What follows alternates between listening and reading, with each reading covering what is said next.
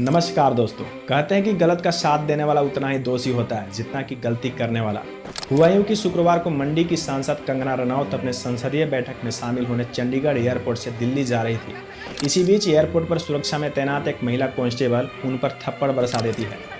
इन सब के बीच एयरपोर्ट पर खूब बवाल भी हुआ। कहा जा रहा है कि कंगना रनौत ने किसान आंदोलन में बैठी महिलाओं की तुलना शाहीन बाग की महिलाओं से की थी, जिसमें इस सीआईएसएफ महिला जवान की मां भी शामिल थी, और ट्वीट किया था कि 100 रुपए में उपलब्ध। हालांकि विवादों में पड़ने के बाद कंगना इस ट्वीट को हटा दिया था, डिलीट कर दिया था।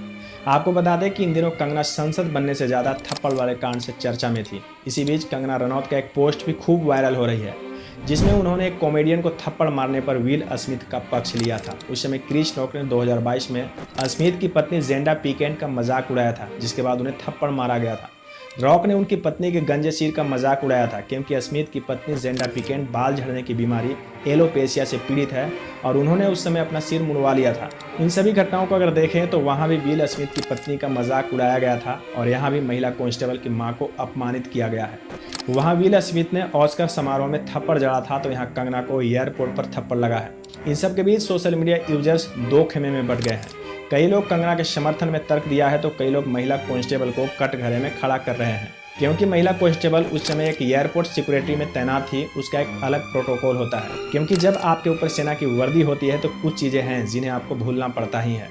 कई लोगों का तर्क यह भी था कि प्रतिशोध या बदले की भावना के चलते यदि एक कांस्टेबल किसी को थप्पड़ मार सकती है, तो कल को यदि इसके पास हथियार हो तो सीधा जान से भी मार सकती थी, या फिर अपने प्रतिशोध में कुछ ऐसी गलती न कर दे जो देश के लिए घातक हो और उसका भुगतान पूरा देश को भुगतना पड़े।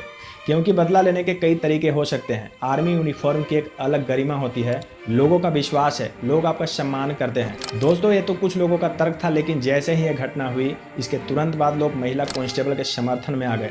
सोशल मीडिया पर समर्थन का बौछार आ गया। विशाल दादलानी ने तो रिकॉर्ड ही तोड़ दिया। उन्होंने थप्पड़ मारने वाली महिला कांस्टेबल को जॉब ऑफर करी। कुछ लोग तो कंगना को थप्पड़ मारने पर 1 लाख रुपए तक का इनाम भी ऑफर किया। कुछ लोग कुलविंदर कौर के माता पिता को सम्मानित करने लगे कि वाह कितनी बहादुर बिटिया है आपकी, कंगना को थप्पड़ जड़ दिया।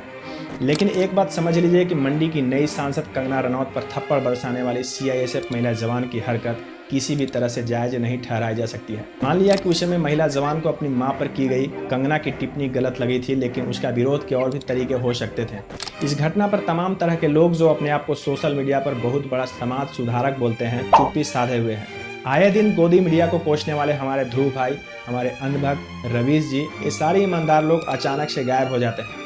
इन्हें पता है कि अगर इस पर वीडियो बना दी तो इनकी पोल खुल जाएगी। ये सब जानते हैं कि अगर एक सीआईएसएफ महिला जवान द्वारा किसी सांसद को थप्पड़ मारना सही है, तो राजीव गांधी के ऊपर हुआ हमला या इंदिरा गांधी की हत्या को भी सही ठहराना होगा। इसलिए इस टॉपिक पर ये लोग वीडियो नहीं बनाएंगे। दोस्तों, आजकल सोशल मीडिया इन्फ्लुएंसर जानकारी को मैनिपुलेट करके अधूरा जानकारी देते हैं, इसलिए सावधान रहिए और सतर्क रहिए। इस घटना को सही करार देने वाले या उसके समर्थन में झंडा बुलंद करने वाले लोग या भूल गए कि साल 1984 में पूर्व प्रधानमंत्री इंदिरा गांधी को उनके 2 सिक्योरिटी गार्ड्स ने ही बदले या यूं कहें तो प्रतिशोध की भावना के चलते उनकी जान ले ली थी। पूर्व पीएम राजीव गांधी पर 1986 और 1987 में 2 बार हमला हो चुका था, हालांकि वह बाल बाल बचे थे। एक महात्मा गांधी के समाधि स्थल पर और दूसरा हमला हुआ था जब वो गार्ड ऑफ ऑनर रिसीव कर रहे थे श्रीलंका में, तब उनको पीछे से बंदूक की कुंदा मारी गई थी। कुलविंदर कौर का समर्थन या उसकी हरकत पर ताली बजाने वाले भी उसी पार्टी से हैं जिसने इसी प्रतिशोध के चलते अपनी प्रधानमंत्री को खोया था।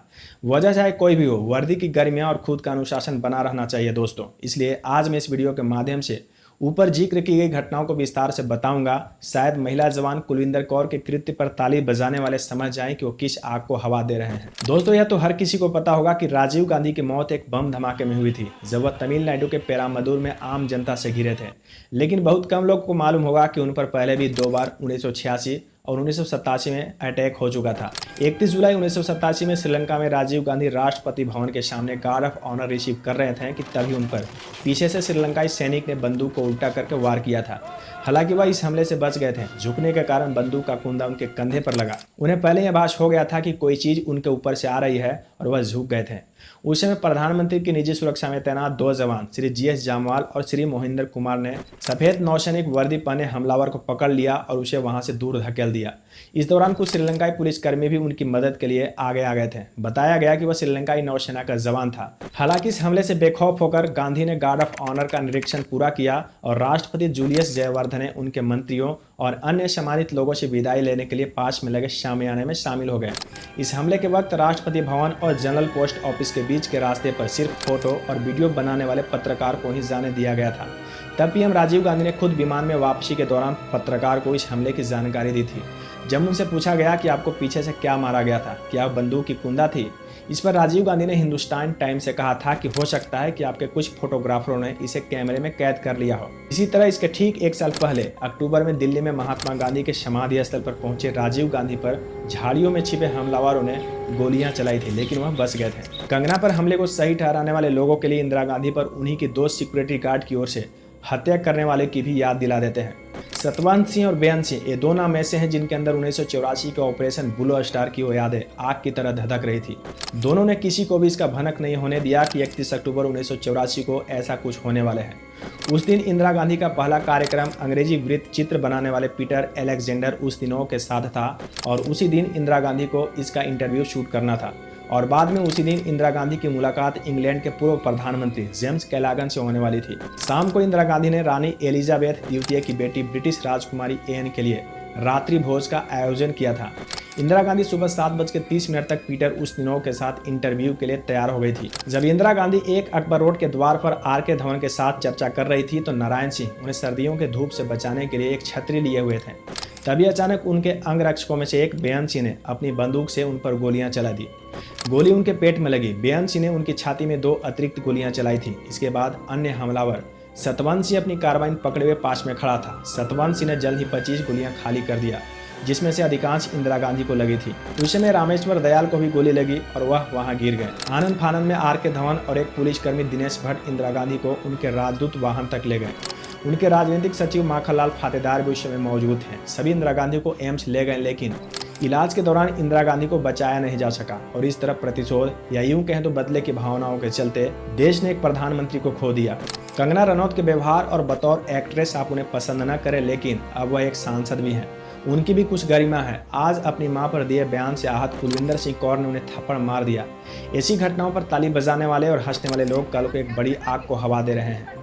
ऐसे सुरक्षा में तैनात कोई व्यक्ति आग लगा दे, किसी नेता मंत्री की अचानक हत्या कर दे या उस पर हमला कर दे तो क्या होगा? क्योंकि इस तरह की घटना हमारे देश में हो चुकी है और इसका खामियाजा हमारा देश भुगत चुका है। आप उस सिक्योरिटी में खड़े जवान का बस इसलिए समर्थन कर रहे हैं कि पीड़ित संबंधित व्यक्ति कोई मंत्री या सांसद है और आपका मत उसे नहीं मिलता है। नाराजगी और क्रोध प्रकट करने के कई तरीके हो सकते हैं दोस्तों, फर्क सिर्फ इतना है कि आपने कौन सा चुना है।